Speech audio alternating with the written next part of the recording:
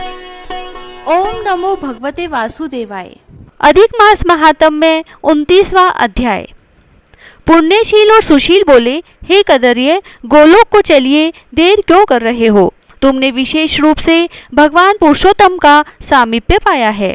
कदर्य बोला, मुझे अभी बहुत से कर्मों के फल भोगने हैं, लेकिन किस प्रायश्चित से गोलोक मिला यह नहीं समझ पाया। पृथ्वी पर जितनी वर्षा की धाराएं हैं, जितने तृण और रजकण हैं तथा जितने आकाश में तारे हैं, उतने ही मेरे पाप हैं। मैंने यह सुंदर शरीर कैसे पाया? हरि के प्रिय पार्षदों, इसका कारण मुझे बताओ।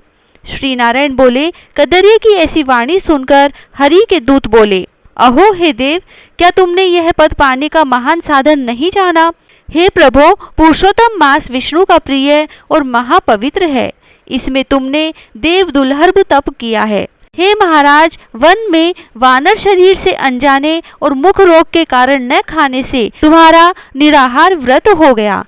तुमने वानरपने की चंचलता से वृक्ष से फल तोड़ तोड़कर पृथ्वी पर फेंक दिए, जिससे अन्य लोगों की तृप्ति हुई, और दुख के कारण तुम पानी भी नहीं पी सके, जिससे तुम्हारा अज्ञानतावश पुरुषोत्तम मास में बड़ा भारी तप हो गया।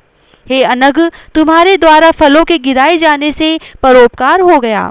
वन में विचरते हुए महाभयंकर शीत, वायु, धूप आदि सहन की, और इस रमणीक श्रेष्ठ तीर्थ में 5 दिन गोते लगाए, जिससे तुम्हें पुरुषोत्तम मास के स्नान का फल मिला। इस प्रकार तुम्हारे रोगवश होने से अनजाने ही उत्तम तप हो गया, सो वह सब सफल हो गया और अब तुमने अनुभव भी कर लिया। जो मनुष्य इस पुरुषोत्तम मास में श्रद्धा पूर्वक इसके उत्तम महात्म्य को जानकर विधि सहित कर्म करते हैं, उनका तो कहना ही क्या है। आपने जैसा साधन किया वैसा करने में अन्य कोई समर्थ नहीं। इस मास में एक उपवास करने से ही मनुष्य पाप समूह से छूट जाता है। इस मास के समान पुरुषोत्तम की प्रीति देने वाला अन्य कोई नहीं है। इस पुरुषोत्तम का जो व्रत करते हैं वे धन्य हैं। इस भरतखंड में मनुष्य जन्म पाकर जो पुरुषोत्तम का सेवन करते हैं वे सदा महाभाग्यशाली हैं, और उन्हीं का जन्म सफल है, जिनका पुरुषोत्तम मास स्नान, दान, जपादि में बीता है।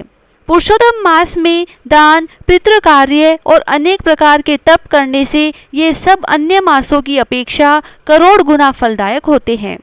जो पुरुष पुरुषोत्तम मास में स्नान दान नहीं करता, उस नास्तिक, पापी, मूर्ख, पाखंडी, दुष्ट, अधर्मी तथा आलोचक को धिक्कार है।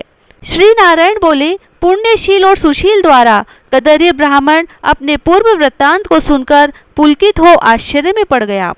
प्रथम तीर्थ के देवताओं और कालिंजर पर्वत को, फिर वन के देवों को, छोटे छोटे पेड़ों तथा सब लताओं और वृक्षों को उसने नमस्कार किया। तत्पश्चात नम्रता पूर्वक विमान की प्रदक्षिणा कर मेघ के समान श्याम वर्ण का हो सुंदर पीतांबरधारी वह विमान पर बैठ गया। तब सब देवता स्तुति करने लगे, गंधर्व एवं किन्नर आदि बाजों के साथ गाने लगे। इंद्र आदि देवता बड़े हर्ष से पुष्प वर्षा कर सादर पूजा करने लगे। पश्चात वह आनंद से योगियों को दुल्हर्भ, गोप, गोपी और गौओं से सेवित रास मंडल से सुशोभित गोलोक को गया, जिस लोक में न बुढ़ापा आता है और न मृत्यु ही होती है और न कोई शोक होता है। ऐसे लोक को कदर्य ब्राह्मण पुरुषोत्तम मास के सेवन से चित्र शर्मा ब्राह्मण पुरुषोत्तम मास के सेवन से वानर शरीर त्याग कर गया।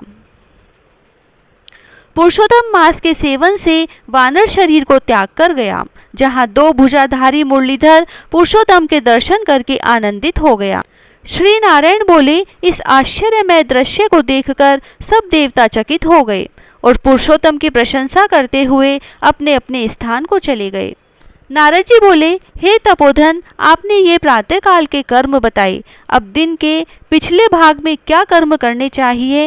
हे नाथ, गृहस्थ के उपकार के लिए मुझे बताइए, क्योंकि आप जैसे महात्मा सबके उपकार के लिए सदा विचरते रहते हैं।